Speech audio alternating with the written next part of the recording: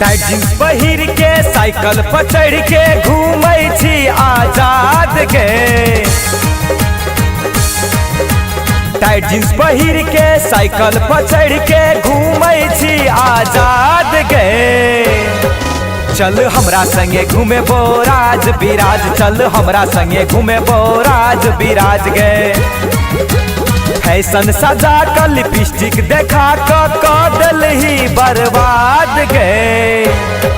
चल हमरा संगे घूमे बोराज बिराज, चल हमरा संगे घूमे बोराज बिराज गे।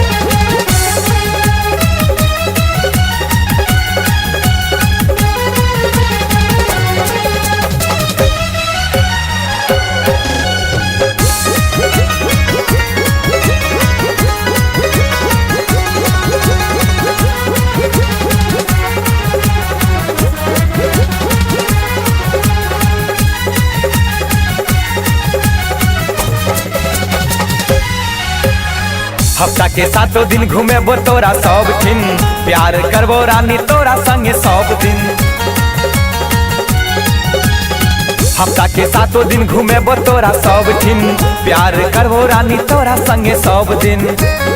शिव शंकर हॉल में फिल्म देखेबो, नेता चौक पर चटपटी खुएबो। चटपटी खुएबो हम चाउमीन खुएबो, चटपटी खुएबो हम चाउमीन खुएबो, छै बड़ नीमन स्वाद गे। चल हमरा संगे घूमे बोराज बिराज, चल हमरा संगे घूमे बोराज बिराज गे।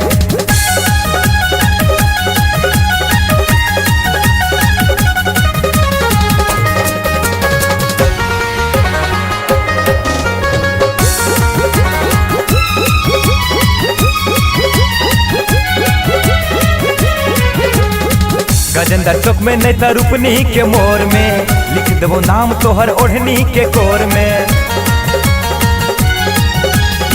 गजेंद्र चौक में नहीं तो रूपनी के मोर में, लिख देबो नाम तोहर ओढ़नी के कोर में। ओढ़नी पर लिखबो हम आज दीवाना, आशिक जियो तोहर बरसों पुराना।